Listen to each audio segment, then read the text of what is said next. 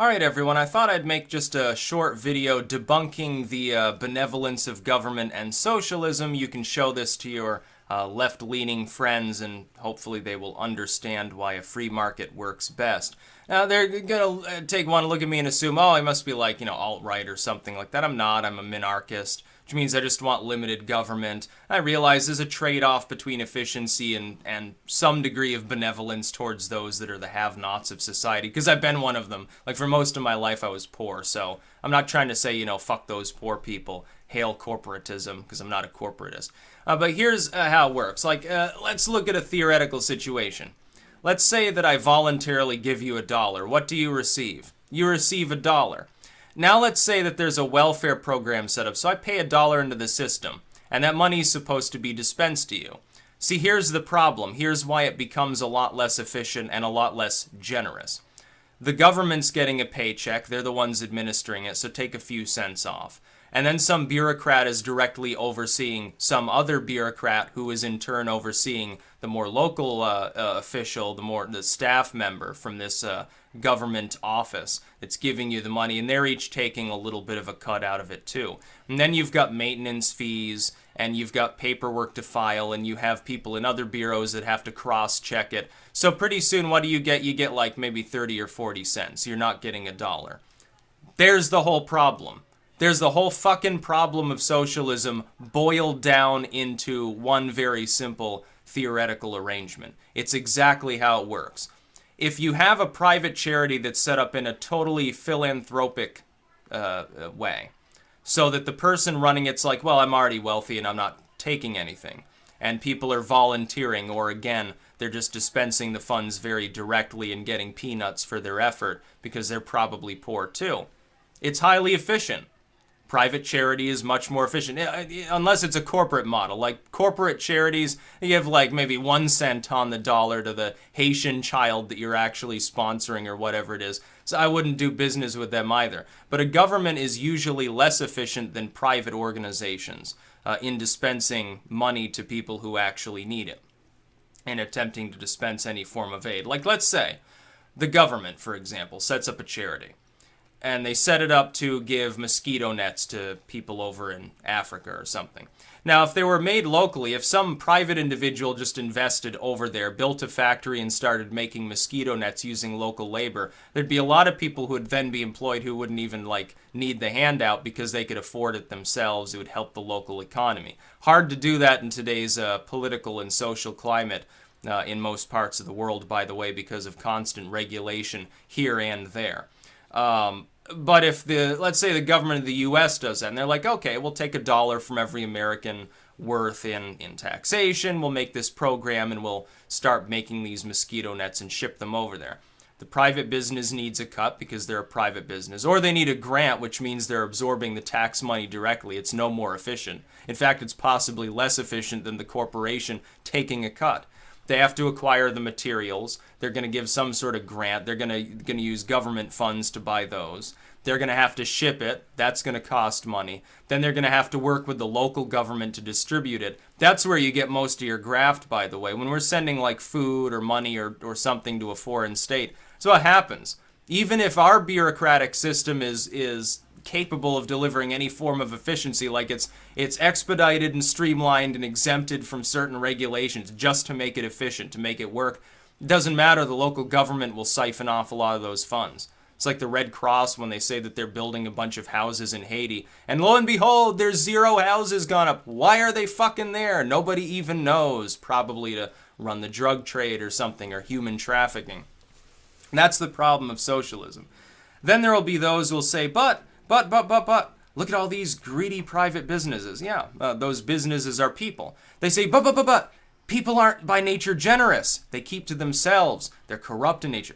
Absolutely right. Which is why bureaucrats, who are human beings, and governments comprised of human beings, almost always of a higher socioeconomic rung than the average person they're dispensing the breadcrumbs to, can't be counted on to be efficient. They can't be counted on to be benevolent because they are perfectly fallible humans. How is some government official funded with the bureaucratic strangulation that exists that ensures that people who are corrupt never really get caught?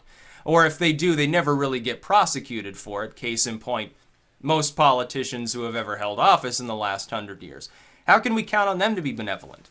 There's my question. People who ask the government to be their savior, to save them from a corporation, save them from another citizen or something like that, why are they going to be benevolent?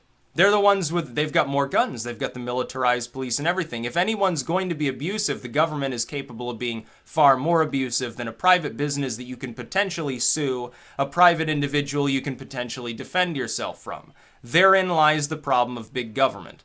Government's not benevolent. It's a necessary evil. Taxation is a necessary evil. Certain types of infrastructure, we have to have some degree of military supremacy. Otherwise, it'd probably get nuked. We would get destroyed. That's part of the grand chessboard. That's why I'm a monarchist libertarian as opposed to an ANCAP. I comprehend the grand chessboard. It would be very, very bad if we were to give up our capabilities of projection, our nuclear deterrent, and so forth. It's unfortunate that we have to do that because the genie was let out of the bottle by fucking morons, 100 years ago when they started experimenting with this shit, this radiation bullcrap. But it does exist, unfortunately. Unfortunate for everybody. As for bureaucracy, it always makes things worse. When's the last time you said, oh, this government agency is so efficient? You went to the DMZ. You had to deal with the IRS. You got audited or something. Oh, they're so efficient. I'm so glad that this bureau exists. So benevolent. Now, you've never said that because you know better. You know that that's wrong. What about a private entity? Private entity, you can lodge a complaint. You can sue them if they mistreat you or something like that. A lot easier. Yeah, corporations can do a lot of damage, especially environmental damage. By the way, and I believe in green energy and environmentalism. I want to live in a fucking clean world. I don't want to live in a polluted world. Do you really need 100 different bureaus to oversee these things to prevent them from polluting? Or do you just need a little bit of judicial reform in the form of a constitutional amendment with a very streamlined single bureaucracy that can replace any dozen randomly chosen other bureaus? For example, within the United States, who conducts surveillance? That's potentially unconstitutional anyway.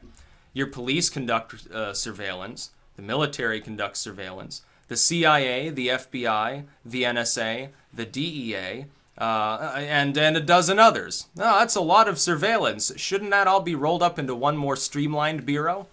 Shouldn't it be more targeted so it costs less, so that fewer people have to be employed doing it? Shouldn't we listen to the former head of the NSA himself when he says, we gather so much info, it's like trying to find a needle in a haystack. Good fucking luck. That's the problem with socialism. It's the problem with big government. It's a problem with big so-called right-wing government, too. You get a bunch of moralists in there. They're going to piss away your tax money policing the population's moral decisions. They're going to say, oh, well, you can't sleep with this person, and you can't drive that car because it doesn't have a cross on it or something like that. It's the same bullshit. It's all a bunch of shit. That's what government does. It doesn't matter whether it's Republicans or Democrats. Who cares? They do the same stupid shit.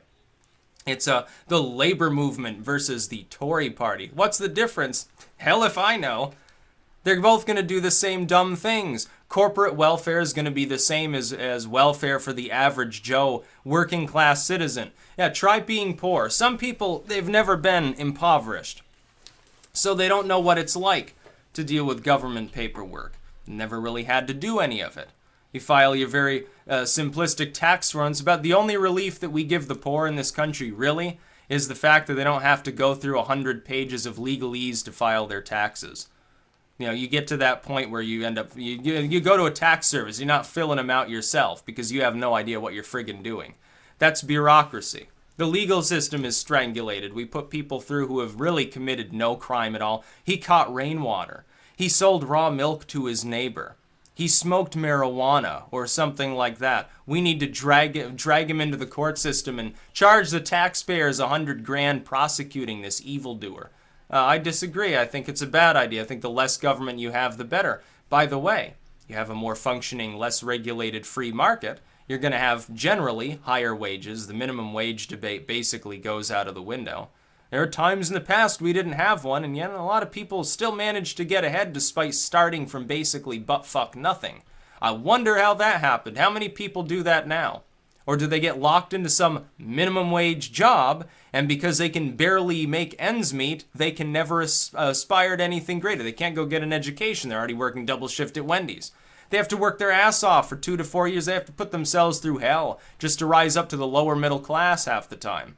A few very, very lucky people. I count myself among, it's probably not even 1% of the population. I am extremely lucky that I was able to become self-employed, doing what I'm doing, and make ends meet. Trust me, I don't fucking take it for granted. I know what it's like to be poor. I know what it's like to say, well, I'm never going to escape from this rat race. I'm never actually going to get a job that's paying me more than maybe barely above minimum wage. If I'm lucky and get tech training, I can rise up to the lower middle class, and I can have a shit shack because land prices are artificially high. Thank you, Uncle Sam. And that's basically the best I can aspire to. I can have my quarter-acre lot and my one-bedroom mini home. I can have my cook shed, and instead of eating, ramen soup, I can upgrade to Campbell's or something like that. That's what a lot of people aspire to in this country. There's no upward mobility. And part of that is because we throw breadcrumbs to people that are so woefully inefficient it doesn't even help them. Why don't we attempt to deregulate things? Increase efficiency of the welfare we do have. We could tax people who are in the lower class, people who are in the working or lower middle class. They already pay too many taxes. They need desperate tax relief. The middle class, even the upper middle class, they all need tax relief so there's more upward mobility, as well as lateral mobility. Maybe they want to change jobs, but they're like, well, if I do this, if I make that attempt, I might lapse on my car payment. That gets repossessed. I lapse on my home payment. The bank takes it back. Or I didn't pay the government enough, so they came and knocked down my door and threw a stun grenade right at my forehead or something because I was $2 short on my property taxes or some bullshit. By the way, as a closing statement here, there shouldn't be any such thing as a property tax. It renders you nothing more than a renter of what you should be rightfully owning. That specific style of tax should be done away with altogether. Shouldn't be a property tax for residential structures. Or I should say for first homes. For your primary residence, you should not be taxed. Not at all. If you have a second home, okay. No, that's a luxury good. It's a little bit different. I can understand that. If it's a business, yeah, and have business taxes, although those need to be streamlined desperately too. But yeah, just ask yourself about efficiency. It's that simple. It's more efficient for me to give, if I hand you $1, you get $1. If I give it to some government bureau, you're going to end up with like 50 cents if you're lucky. There you go. There's the problem with socialism. You can have benevolence. You can increase the efficiency of socialized systems and decrease their overall scope drastically and get a better end result than the bureaucratic nightmare that we currently have. That is, having a little bit of deprivatized industry. Having a fire department that's publicly funded, okay, that's fine. But when you have 1,000 pages of legalese to go through and you have an army of lawyers and accountants involved, it's not very efficient now, is it? That's really the problem with the situation we have today. It's totalitarianism of a style.